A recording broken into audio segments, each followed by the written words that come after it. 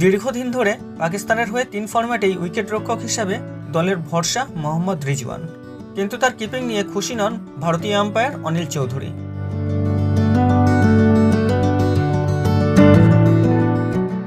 আন্তর্জাতিক স্তরের আম্পায়ার অনিল চৌধুরী সব ফরম্যাট মিলিয়ে 50টির বেশি ম্যাচে আম্পায়ার করেছেন।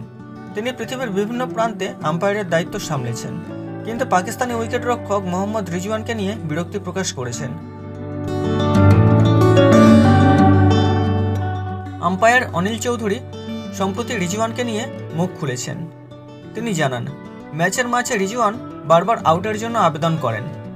স্ট্যাম্প, এলবিডব্লিউ বা রান আউটের ক্ষেত্রে সবার আগে আবেদন করেন উইকেট কিপার, কারণ তারা ভালো পজিশন অনুযায়ী সব থেকে ভালো দেখতে পান।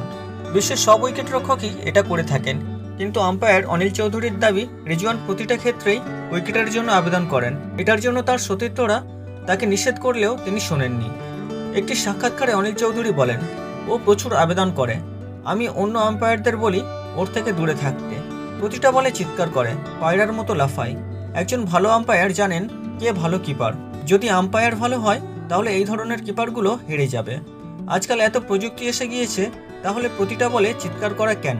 নিজেকে হাসির পাত্র করছো।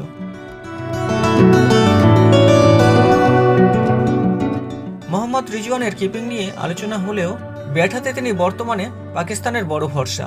সম্প্রতি তিনি বাংলাদেশের বিরুদ্ধে টেস্ট ম্যাচে ক্যারিয়ারের সেরা ইনিংসটি খেলেন। প্রথম ইনিংসে 239 বলে 171 রানের অপরাজিত ইনিংস খেলেন। দ্বিতীয় ইনিংসে রিজওয়ান 80 বলে 51 রানের ইনিংস খেলেন।